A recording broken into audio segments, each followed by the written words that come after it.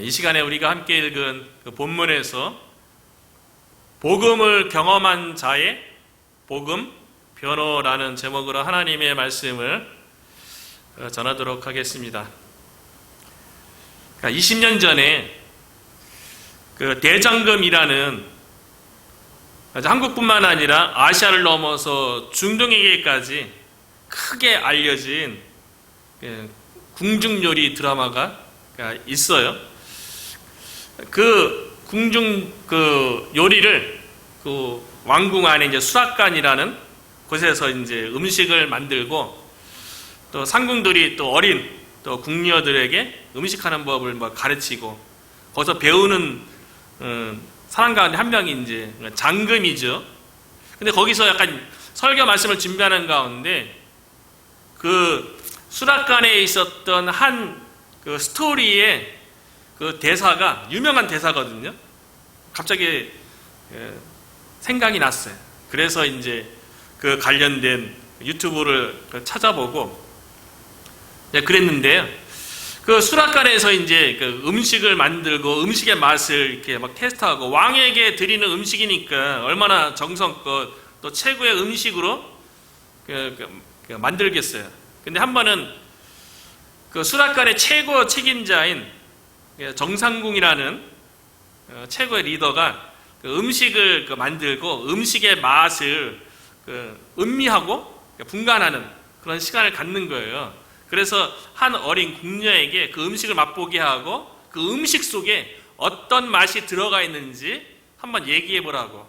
아마 그 어린 궁녀가 되게 뛰어났던 앞으로 촉망받는 그런 궁녀였던 것 같아요. 그래서 그 궁녀가 이제 음식을 맛을 보고 이 음식 속에 이런 맛 이런 게 들어가서 맛이 납니다 라고 얘기했어요.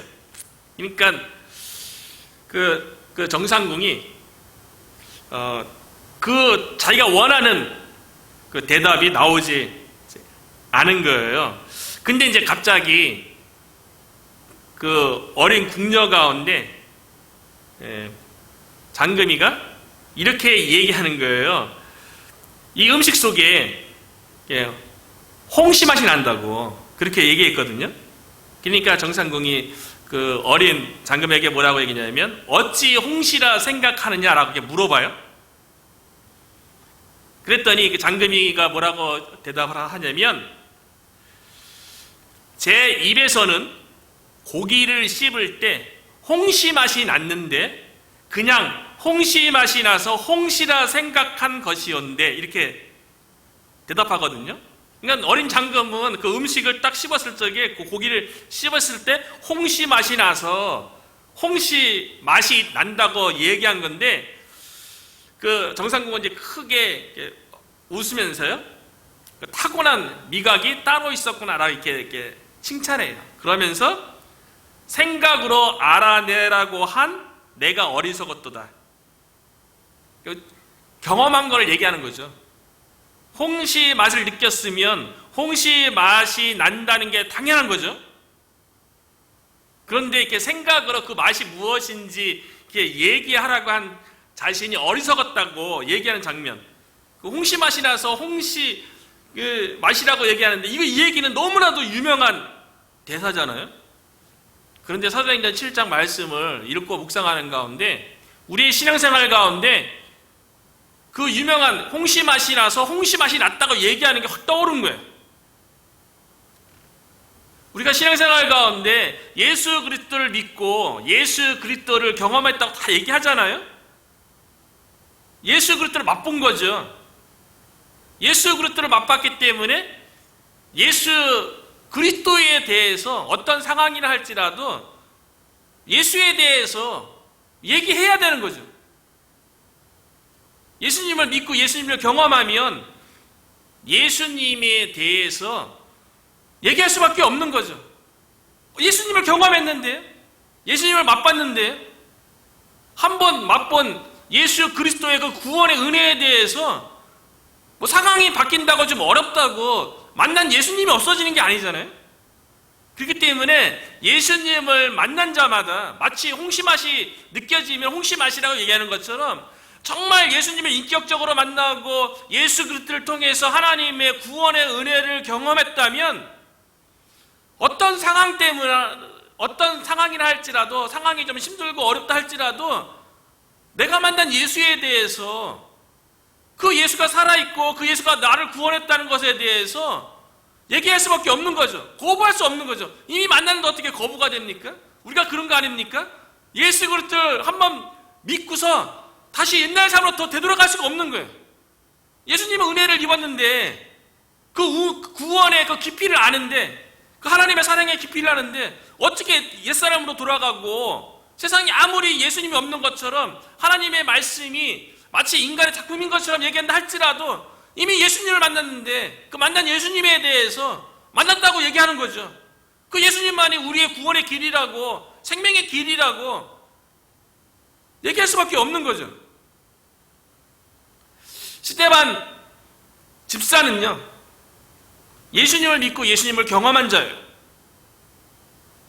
그리고 성령과 지혜가 충만해서 초대교회의 7집사 중에 한 명으로 피택되었어요.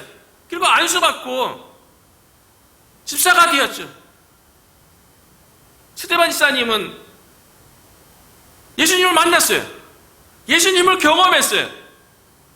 그래서 그 예수님을 지혜와 권능이 충만해서 큰 기적도 베풀고 표적도 행해서 민간 가운데 많은 사람들이 구원을 경험하게 했어요. 예수 그리스도의 이름으로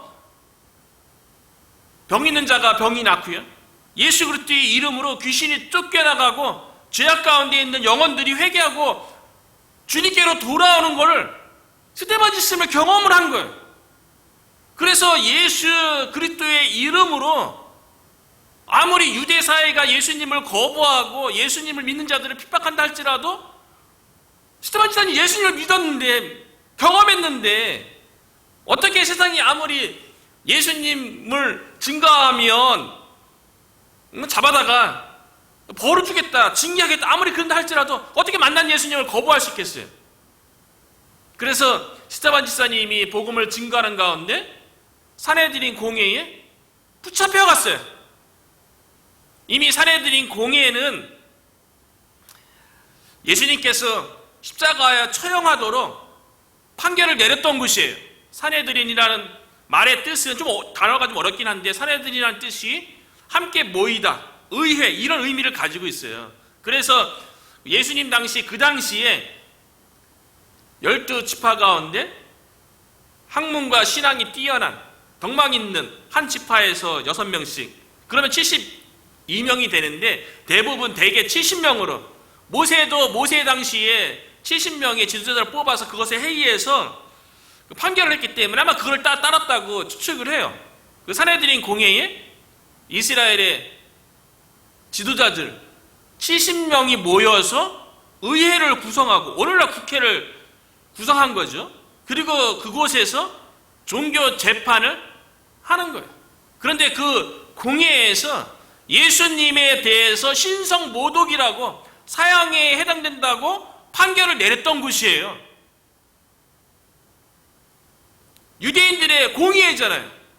그러니까 거기 종교 지도자뿐만 아니라 그들을 따른 유대인들도 다 예수님에 대해서 신성 모독죄라고 다 동의했어요. 판결을 내려서 유대인들은 그 당시에 로마 제국의 지배를 받았기 때문에 종교 재판을 할 수 있었지만 형을 집행할 수 있는 권한이 없으니까, 형 집행할 수 있는 권한을 로마 정부에 했으니까 본디오 빌라도 법정에 보내서 그곳에서 사형에 해당되는 그 형을 내릴 수 있도록 집행하도록 만들었던 거죠.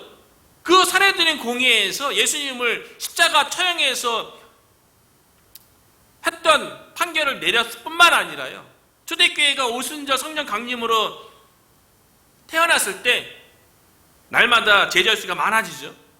그 가운데 사도들을 또 붙잡아다가 예수의 이름으로 말하지도 말고 예수 그리스도의 도도 전하지 말라고 2번씩이나 사도들을 붙잡아서 재판하고, 그런데 이제 초대교회가 갑자기 막 커지니까 백성들이 두려워서 2번을 놔줬죠. 그리고 스데반 집사님이 복음을 증거하는 가운데 요번에 또 산헤드린 공회에 잡혀가서 재판정 앞에 서게 된 거예요. 그러니까 스데반 집사님은 유대의 최고 종교 기구에 의해서 예수님을 전하지 말라고 판결이 나왔잖아요. 그로 인해서 사도들은 채찍질 당하고 막 그런 핍박받는 그런 상황이었다고요. 그런데 서두에서 얘기한 것처럼 홍시 맛이 나서 홍시 맛이 났다고 얘기하는 것처럼, 아니 예수님을 만났고 성령 체험했고 그 예수 그리스도의 복음으로 사람이 변화되어지고 회개하고 구원의 역사를 누르르 목도했는데 어떻게 예수님에 대해서 거부할 수 있겠어요? 결국 잡혀서 산헤드린 공회 앞에, 종교 지도자들 앞에서 재판을 받게 되는 거예요. 그것도 예수님의 이름으로 복음 전하고 그것도 있지만, 그것 갖고는 유대 사회 속에서 스데반을 잡아들일 명분이 좀 약한 것 같으니까 사람을 돈을 주고 사죠. 여러 사람들을요. 그리고 거짓으로 증언하게 했는데, 그 거짓으로 증언하게 한 내용이 뭐냐면, 스데반 집사가 예수님이 성전을 허물라고 했다. 똑같아요. 그 율법을 새롭게 할 것이다 라고 예수님을 십자가 처형했던 그 제목과 똑같은 것을 스데반 집사에게 거짓 증인을 세워서 거짓 증언을 하게 해서 지금 산헤드린 공회 앞에 세워져 있는 거예요. 그러니까 스데반 집사님은 예수 그리스도의 복음을 증거하다가 예수님처럼 될 수 있다는 것을 알고도 예수 그리스도의 복음을 통해서 큰 기사와 표적을 행했던 거예요. 그리고 스데반 집사님이 예수 그리스도를 만났잖아요. 하나님의 은혜를 체험했잖아요. 산헤드린 그 공회 앞에서 예수 그리스도를 믿고 경험한 자로서, 그 은혜를 체험한 자로서 그 산헤드린 공회의 원들 앞에서요 당당하게 예수 그리스도의 복음에 대해서 변호하고 오히려 예수 그리스도를 증거하는 걸 볼 수가 있어요. 산헤드린 그 공회의 법정에서 그 의장은 대제사장이에요. 한 70명의 그 공회원 중에 다 종교 지도자들이죠. 의장이 대제사장인데 1절에 보면 대제사장이 이르되 이것이 사실이냐, 이렇게 재판장에 서 있는 스데반 집사에게 신문하는 거예요.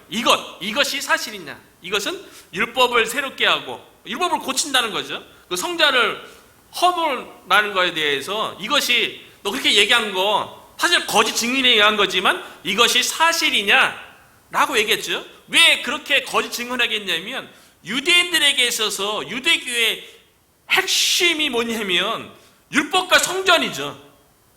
그런데 그 율법과 성전에 대해서 고치고 허물라고 하는 그런 과격한 용어를 써서 신선 모독죄를 스데반 집사에게 씌운 거죠.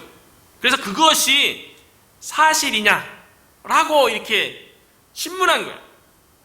그런데 놀랍게 스데반 집사님이요, 유대인들이니까 당연히 율법에 대해서 다 알죠. 그 성전에 대해서 중요한 3대 절기인 유월절, 오순절, 장막절은 모든 남자들은 그곳에 가서 하나님 앞에 제사를 드려야 되는 그런 전통이 있기 때문에 성전에 대해서 율법은 유대교에 있어서 기본이죠. 근간이죠. 그런데 그 율법과 성전을 가지고 있는 유대인들이요, 예수님을 거부하는 거예요. 예수님에 대해서 배척하는 거예요. 그런데 스데반 집사는요, 부활하신 예수 그리스도를 만나고 보니까요, 그 은혜를 체험하고 성령과 지혜가 충만해서 구약 성경을 보게 되니까요, 구약 성경에 기록되어 있는 율법과 성전이 예수님과 분리되는 게 아니었던 거예요. 율법의 완성이 예수님에게서 이루어지고요, 성전의 완성이 예수님으로부터 완성된다는 것을 스데반 집사님은 깨닫는 거예요. 참 구약 성경이 많은 사람들이 어렵다고 얘기하잖아요. 그런데 구약 성경도 그 중심의 내용은 결국 에덴 동산에서 하나님께서 원시복음으로 여자의 후손이 와서 뱀의 머리를 상하게 할 거라는 이 복음의 내용이, 그 복음의 계시가 점점 발전하고 커져서 예수 그리스도로 완성되는 거 아니겠어요? 스테반 지사님이 예수님을 믿고 구약 성경을 딱 보니까요, 구약 성경이 예수 그리스도로 다 해석이 되는 거예요. 그래서 예수 그리스도를 믿지 아니하고 구약 성경만 믿게 되면 예수님을 거부하게 하고 배척할 수밖에 없죠. 그 대표적인 사람이 사도 바울 아닙니까? 사도 바울은 바리새인 중에 바리새인이요, 어려서부터 가말리엘 문화생으로 율법에 대해서 공부했던 학식이 있는 사람이었다고요. 율법에 대해서요. 그런데 그 율법을 예수 그리스도로 해석하지 못하니까, 예수 그리스도를 부인한 상태에서 율법을 보니까 율법에 의하면 남의 달린 자마다 하나님의 저주받은 자라고 이해하게 되니까 사도 바울이 예수님에 대해서 그렇게 배척을 하고 예수를 믿는 자들을 잡아다가 대제사장에게 넘길 정도로 그렇게 핍박했던 거 아니겠어요? 그런데 예수 그리스도를 믿고 율법을 보고 성전을 보면 그 율법이 바로 장차 오실 하나님의 아들 메시아에 대해서 이야기한다는 것을 이해하게 되는 거죠. 그래서 예수님께서 산상설교 가운데요, 예수님께서 뭐라고 얘기했냐면 이 율법에 대해서 내가 폐하러 것이 아니라 완전하게 하려 하심이라. 예수님은 율법을 폐하러 온 게 아니고요, 율법을 완성하러 오신 분이세요. 그러니까 율법도 예수 그리스도를 만나야지 예수 그리스도를 통해서 율법을 온전히 지키게 되는 거죠. 그 성전에 대해서도요, 예수님께서 요한복음에 보면 예루살렘 성전에 올라가셨을 적에 예수님이 뭐라고 얘기합니까? 그 헤롯 성전에 대해서 이 성전을 허물라, 내가 3일 만에 다시 일으키리라, 그렇게 말씀하셨죠. 그리고 예수님께서 뭐라고 했냐면 그 성전은 자기 육체를 가리켜서 말씀하신 거예요. 결국 뭡니까?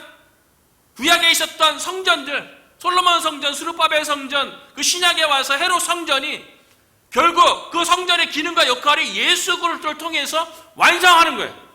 그러니까 구약에 있는 율법과 성전은요, 장차 오실 하나님의 아들 메시아에 대한 그림자이고 예표 역할을 하는 거예요. 예수 그리스도로 인도하기 위한 모각 선생이 되는 거죠. 그렇기 때문에 예수 그리스도를 믿고 예수 그리스도를 경험한 자가 율법을 보고 성전을 볼 적에 제대로 이해하게 되는 거예요. 그래서 예수님께서 요한복음에 보면요, 예수님을 거부하고 믿지 못하는 유대인들을 향해서, 요한복음에는 유대인들을 향해서 예수님께서 이렇게 얘기하죠. 너희가 성경에서 영생이 있음을 알고 성경을 묵상하거니와 이 성경이 내게 대하여 증언하는 것이다. 성경이 예수님에 대해서 증거한다는 거예요. 그리고 예수님께서 엠마오로 내려가는 두 제자에게요, 구약에 있는 율법과 시편과 선지자의 글, 구약 성경 전체죠. 그 구약 성경 전체가 나를 가리킨다라고 엠마오로 내려가는 두 제자에게 그렇게 깨닫게 했던 거죠. 구약 성경 전체가 예수님을 가리키고 있는 거예요. 성경을, 그러니까 예수 그리스도 중심으로 성경을 보지 아니하면 유대인처럼 되는 거죠. 그런데 스데반 지사님은 예수님을 믿고 예수님의 은혜를 체험했고 예수 그리스도의 복음을 증거하는 가운데 유대인들이 그 익숙하게 여기는 구약 성경을 가지고 예수 그리스도에 대해서, 복음에 대해서 변호하는 거예요. 예수 그리스도를 만났으니까 예수 그리스도도 변호하는 거죠. 사도행전 1장 8절에도 오직 성령이 너희가 임하시면 너희가 권능을 받고 예루살렘과 온 유대와 사마리아 땅까지 이르러 내 증인이 되리라. 증인은 본대로 얘기하는 거잖아요. 스데반 집사님은 예수 그리스도에 대해서 경험한 것을 예수 그리스도에 대해서 산헤드린 공회의 그 위협 가운데서도 경험했는데요. 목도했는데요. 증인으로서 이야기하는데요. 참 스데반 지사님이 참 그래도 아무리 산헤드린 공회의 그 위협이라 할지라도 그들은 다 똑같은 혈족 아니겠어요? 그러니까 그들을 향해서 여러분 내 부형들이요, 여러분 내 아버지 되시고 내 형제들 되시는 내 아버지요 내 형제들이요 내 말을 들으소서라고 하면서 스데반 지사님이 경험한 복음에 대해서 변호하는데요. 그들이 익숙하게 알고 있는 구약 성경의 중요한 인물들 중심으로 설교하는 거예요. 그 설교를 통해서 자신이 전했던 복음에 대해서 변호하는 거죠. 스데반 지사님이 아무리 초대교회라 할지라도 성경 지식이 엄청나게 뛰어났죠. 구약 성경을 예수님 중심으로 구속사라고 얘기했죠. 구원의 역사 중심으로 아브라함 이야기부터 시작해서 솔로몬 성전까지 설교하는 거예요. 그렇게 사도 스데반 지사님이 예수 그리스도의 복음을 증거한 것에 대해서 변화하는데요. 참 성경에 대해서 어떻게 구약 성경 전체를 예수 그리스도 중심으로 꿰뚫는 그 설교의 그 능력을 보더라도 참 대단하다는 생각을 많이 해요. 우리가 예수 그리스도를 믿고 오늘 우리들도 예수 그리스도에 대해서 배척하고 세상 문화가 성경 말씀도 인정하는 그런 시대 가운데 우리가 살아가잖아요. 스데반 지사님이 그 설교 내용을 보면요, 야, 성경에 대한 지식이 참 탁월하다는 것을 많이 느껴요. 교회가 감당해야 할 일이죠. 예수 그리스도의 중심으로 성경을 이해하고 해석할 수 있는 그런 능력을 가지도록 교회에서 키워야죠. 그러지 아니하고서는 신앙생활뿐만 아니라 예수 그리스도의 복음을 증거한다는 게 참 쉽지 않은 그런 시대에 우리가 살아가고 있는 거예요. 스데반 지사님이 성경에 대한 탁월한 지식.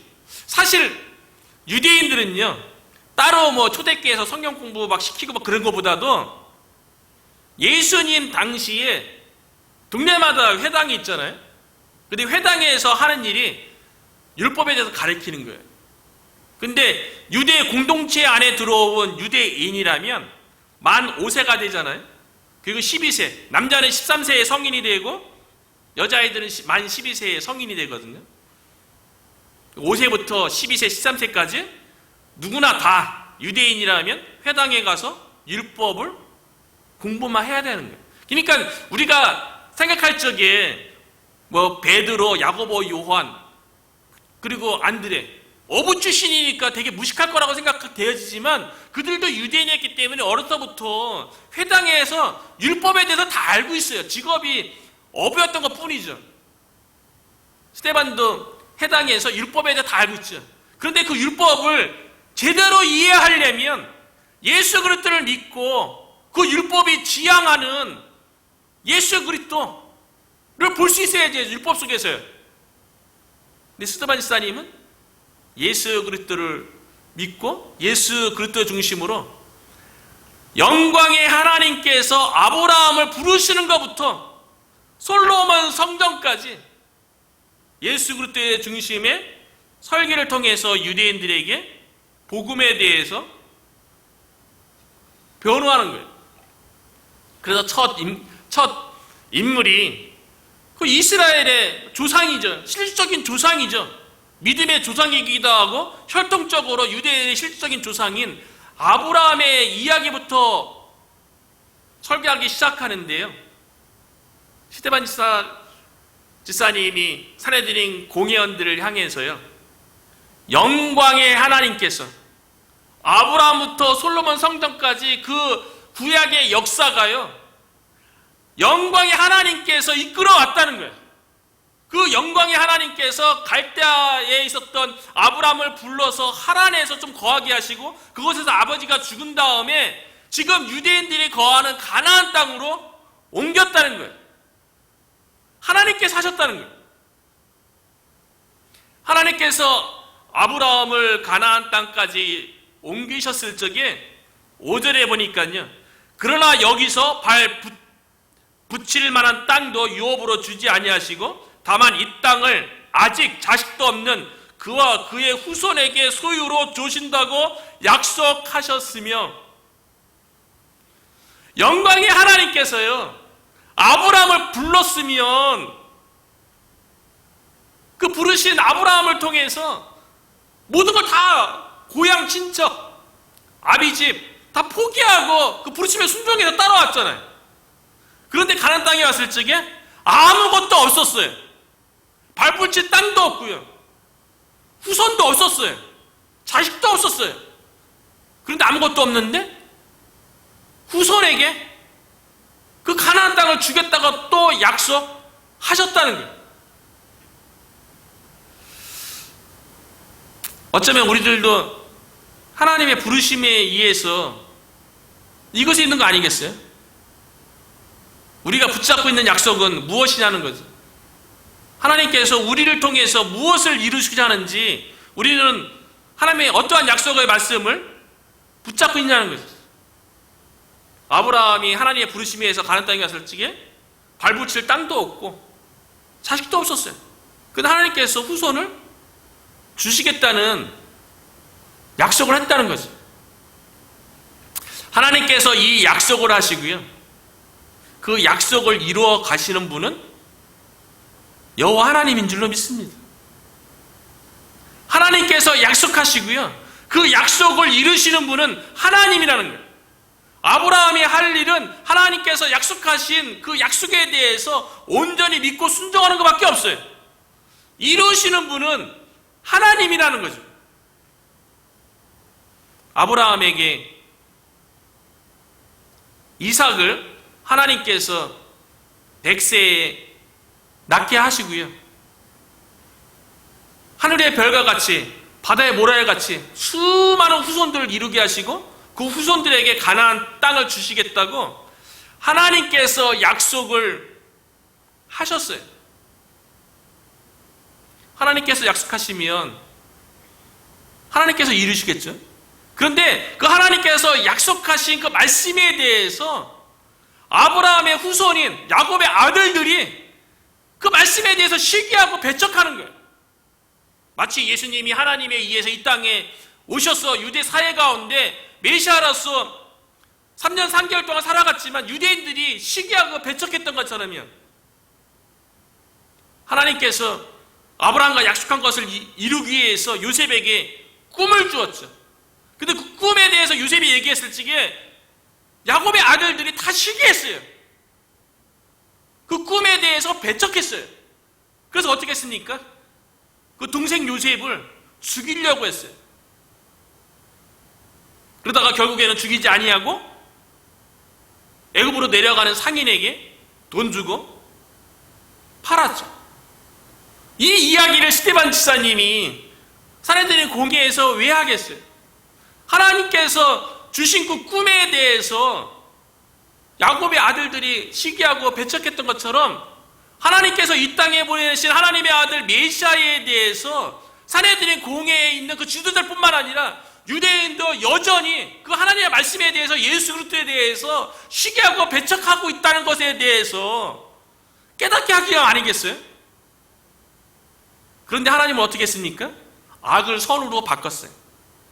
요셉을 온 세계의 구원자로 세워서 온 세계에 닥친 기근 가운데 요셉이 7년 동안 거둬들인 풍성한 곡식으로 하여금 전 세계의 사람들을 구원하는 거예요.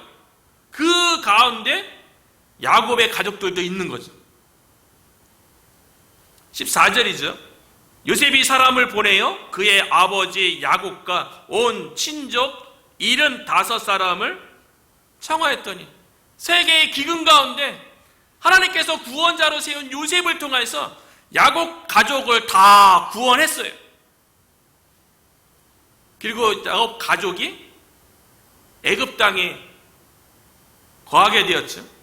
그런데 요셉을 알지 못하는 바로가 등장하면서부터 야곱 가족들에게 괴로움이 더해지는 거예요. 고통이 더해지는 거예요. 그 내용이 19절이에요.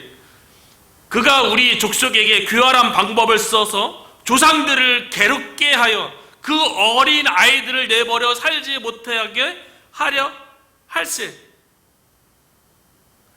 하나님께서 하나님의 약속을 이루어 가시려고 야곱 가족을 세계의 기근 가운데에서 요셉을 통해서 구원했잖아요. 그런데 왜 하나님께서는 하나님의 약속을 이뤄가는데 좀 편안하고 쉬운 길로 가게 하지 아니하시고 애굽에서 왜 핍박과 고통을 당하게 했냐는 거죠. 왜 괴롭게 했냐는 거죠. 그 괴로움 가운데, 그 고통 가운데 하나님의 약속을 이루기 위한 놀라운 비밀이 숨어 있었던 거예요.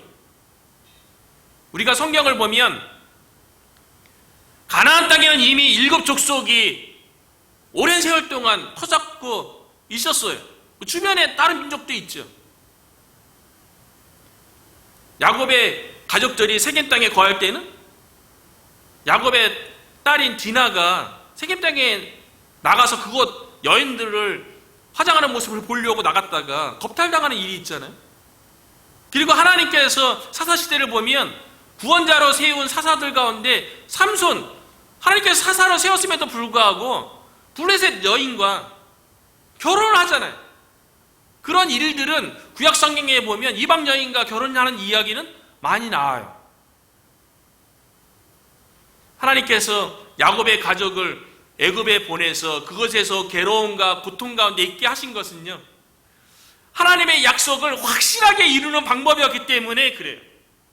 언젠가 한번 창세기 설교 말씀 나눌 적에 나눴던 내용인데요, 애굽인들은 목축업 하는 사람들을 되게 하찮게 여기잖아요. 그래서 목축업을 하는 야곱의 가족들에 대해서 이집트 사람들이, 애굽인들이 상종을 안 하는 거예요. 그래서 고센 땅에 400년 동안 거하면서 비록 애굽인들에 의해서 괴로움을 받고 고통을 당했지만 혈통적으로 애굽인과 섞이지 않은 거예요. 순수한 아브라함의 후손들이 출애굽할 때 63만 명이 남자였으면 그렇게 만들어지는 거예요. 그러면서 신앙도 지키게 되는 거죠. 애굽은 그런 점점 장성해가는 이스라엘에 대해서 배척했죠. 박해했죠. 그 가운데 하나님께서는 아브라함과 맺었던 약속, 후손을 많게 해주겠다는 약속, 그리고 가나안 땅을 주겠다는 약속을 하나님께서는 그 괴로움과 고통 속에서 이루어갔다는 거죠. 참 올해 벌써 3주째 시간이 흘러갔고요. 하나님께서 우리를 부르시고 하나님께서 또 우리를 통해서 이 몽고메리 카운티 가운데 주님의 몸된 교회를 세우고 하나님의 나라를 확장하고자 하는 하나님의 계획과 뜻이 있는 줄로 믿습니다. 그런데 우리를 둘러싸고 있는 세상은요, 예수 그리스도에 대해서 시기하고 그저 배척하는 그런 문화 속에서 우리가 살아요. 아무리 시대가 예수님을 믿고 예수님을 전하기에 참 힘들고 어려운 사회라 할지라도요, 홍시맛을 봤기 때문에 홍시맛이라고 얘기한 것처럼 저와 여러분은 예수 그리스도를 만났잖아요. 예수 그리스도의 구원의 은혜를 우리가 경험했잖아요. 스테반 집사님처럼 이 사회 속에서 참 하나님을 거부하고 하나님을 부인하는 이 사회 속에서, 세상 속에서 우리가 말씀으로 무장하고 우리가 예수 그리스도의 증인된 자로서 올 한 해 우리가 하나님의 영광을 위해서, 하나님의 나라를 위해서 달려갈 때 하나님께서 저와 여러분을 부르시고 우리를 통해서 이루시고자 한 일들을 하나님께서 온전히 이루어 가실 줄로 믿습니다. 그 부르신 가운데 우리가 쓰임받기를 주의 이름으로 축복합니다.